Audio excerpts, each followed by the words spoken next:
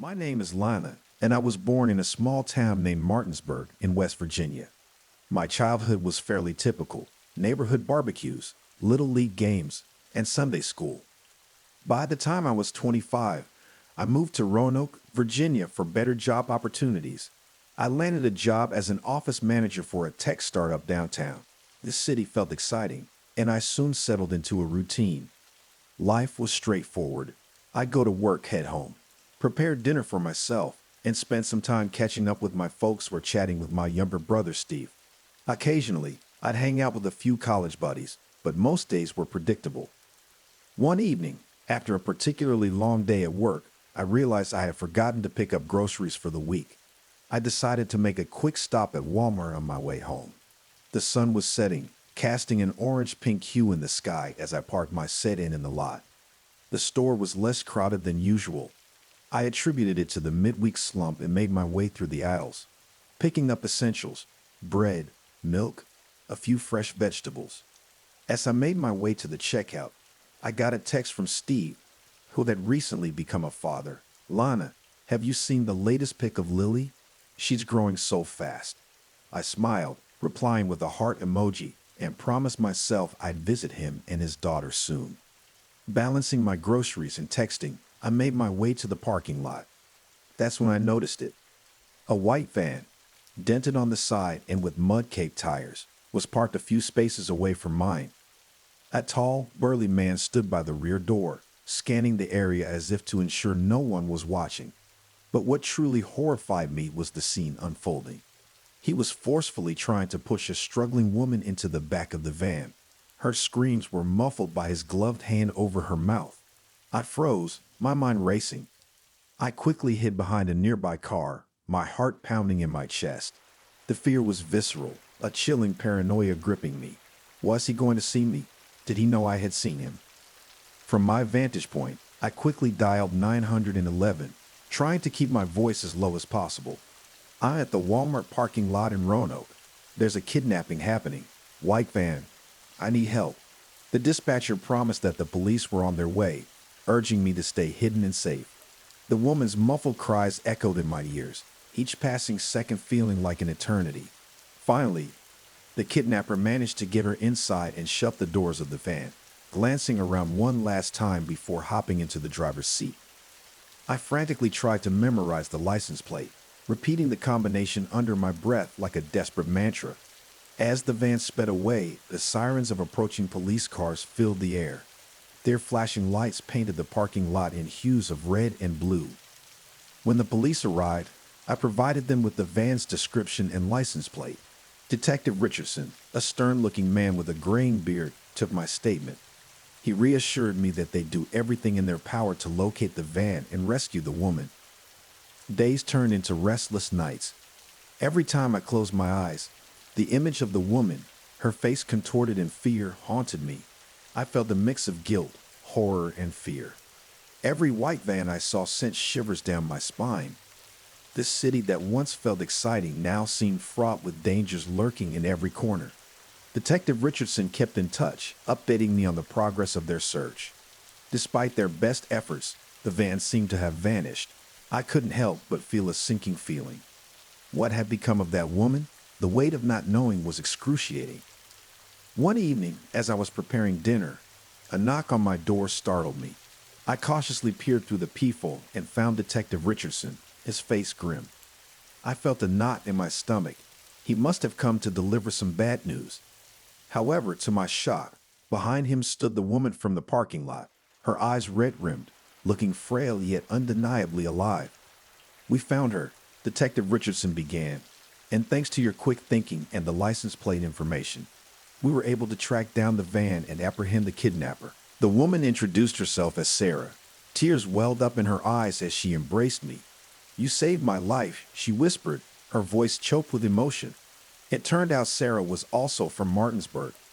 She had been in Roanoke for a conference and had decided to pick up some things before heading back to her hotel. A chance decision that led to the harrowing incident.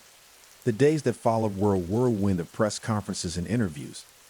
The story of the Walmart parking lot kidnapping dominated headlines. But amidst all the media frenzy, Sarah and I forged a bond. We leaned on each other for support, two women from the same hometown brought together under the most terrifying circumstances. The ordeal changed me. The city no longer felt as inviting, but I learned the importance of vigilance and the power of community. Sarah returned to Martinsburg, but our bond remained strong. A year later, I found myself back in my hometown, standing as the maid of honor at Sarah's wedding.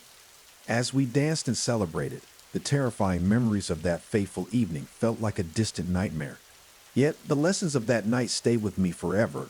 Always be aware, never underestimate the impact of a single act, and cherish the ties that bind us in adversity. As a child, I had always feared the vast, sprawling Walmart in Pittsburgh. I could never place a finger on why, but its long, sterile aisles and fluorescent lights always seemed to harbor a more sinister energy than any other place in town. Fast forward to my adult life, and to make ends meet, I found myself employed in that very same store. A 22-year-old college dropout, working a job that barely pays the bills and keeps food on the table for my sick mother and younger sister. Every night, after my shift, I would call my sister, Beth, and tell her that I'd be home soon, always glancing warily at the dark corners of the parking lot. Once she had joked, maybe one of those corners hides a treasure or a bag of stolen goods. We had laughed it off then, but little did I know the joke was an omen for what was to come. On the day it all began, a humid Friday afternoon, I was assigned the boring task of checking inventory in the Walmart storage room. Most employees dreaded it. The room was in the store's basement, a chilly expanse filled with towering shelves and forgotten boxes. I was halfway through the tall shelves, marking off the inventory list, when I stumbled upon an oddly placed bag tucked behind some crates. Curious, I pulled it out. It was a simple black duffel, heavy to the touch.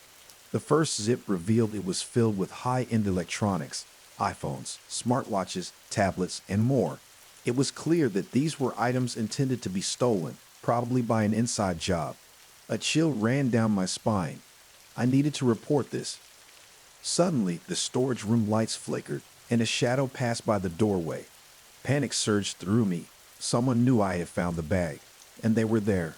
I darted behind a nearby shelf, my heart pounding loudly in my ears. Footsteps approached, soft, deliberate, echoing eerily in the quiet room. They stopped a few feet from where I was hiding. I held my breath, praying they wouldn't hear my wildly beating heart. "Do you have the goods?" a voice whispered. It was Derek, a coworker I had always found unsettling, always wearing his over-friendly smile like a mask. "Can't find it. I think someone's been in here," another voice replied. It was muffled, but I recognized the voice. It was the new security guard. My blood ran cold. The very people supposed to ensure our store's safety were betraying us. What would they do if they found me? Derek chuckled, a sinister sound. "Make sure no one knows. We got a buyer meeting us tonight." The footsteps began to move away, but not before Derek said, "Check the CCTV. Make sure no one saw you." I waited for what felt like hours, but was probably only a few minutes, before mustering the courage to crawl out of my hiding spot and dash up the stairs. I needed to warn someone, but who? Management? The police? No, the security was in on it. They could see me through the cameras. I decided on the only course of action that made sense. I took out my phone and recorded a quick video of the bag, its contents, and its location. My hand shook, and the terror in my voice was palpable. Leaving the storage room, I pretended as though everything was normal, but every sound, every glance felt like a potential threat. Paranoia consumed me. Was Derek watching? Did the security guard suspect something? I needed to get home to get to safety. I informed my manager that I was feeling unwell and left early. The drive home was a blur of fear. Glancing in my rearview mirror, convinced I was being followed. Once home, I quickly locked all doors and windows. My sister Beth found me pale and shaken. Through rushed breaths, I explained everything, showing her the video. "We need to go to the police," she urged. With the evidence on our side, we decided to act. Late that night, we drove to the police station in a neighboring town, ensuring we weren't being watched. The officer at the desk raised an eyebrow as I narrated my ordeal. But when I showed him the video, he swung into action. By dawn, a raid was planned on Walmart. The operation went smoother than I had anticipated. Derek and the security guard were apprehended. Both looked genuinely shocked to see the police. Days later, as the dust settled, I learned the full scope. Derek and his accomplices had been running this operation for months. Their downfall was their complacency, thinking they were invincible in their scheme. But as I returned to my normal life, a new kind of paranoia gnawed at me. The realization that darkness could lurk so close, hidden beneath the mundane. The terror of that day never truly left me. I left the job, moving to a new city with Beth and my mother, seeking a fresh start. And while the horrifying events at the Walmart storage room would forever haunt my dreams, they also left me with a newfound appreciation for the fragile safety of everyday life and the courage that emerges in moments of sheer terror. I grew up in a small town in Tennessee, the kind of place where everyone knew everyone else's business. Most kids who grow up in places like that can't wait to leave, to head to the bright lights of the big city. But me?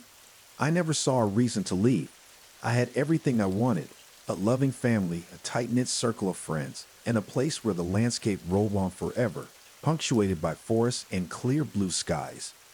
However, I was also a teenager, a bored 16-year-old living in a place where time seemed to stand still. That boredom was the catalyst for my rebellion. I felt trapped, claustrophobic, desperate to feel something. Anything. The thrill of shoplifting became my drug. On that fateful day, I decided to venture to Walmart in the neighboring city of Knoxville. The store was vast and sprawling, and I felt like a kid in a candy store. Heart pounding, I discreetly slipped a high-end pair of headphones into my bag.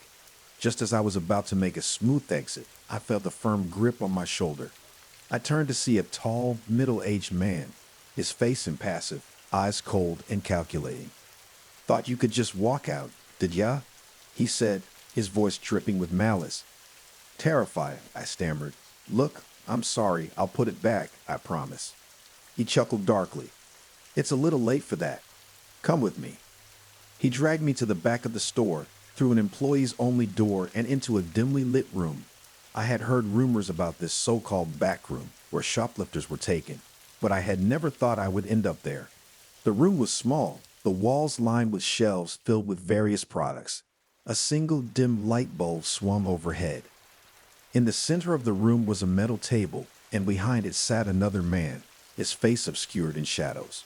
The man who had caught me shoved me towards the table. Caught this one trying to sneak off with some expensive merchandise. The shadowy figure behind the desk didn't respond immediately. Instead, he took his time, lifting a cigarette to his lips and taking a slow drag. When he finally spoke, his voice was raspy, cold. "Another one, huh? Think you could just take what you wanted?" The weight of the situation pressed on me. My knees felt weak, and my mouth went dry. "Please, I just made a mistake. Can we call my parents? They'll pay for everything." The shadowy man leaned forward, revealing a face weathered with age and cruelty.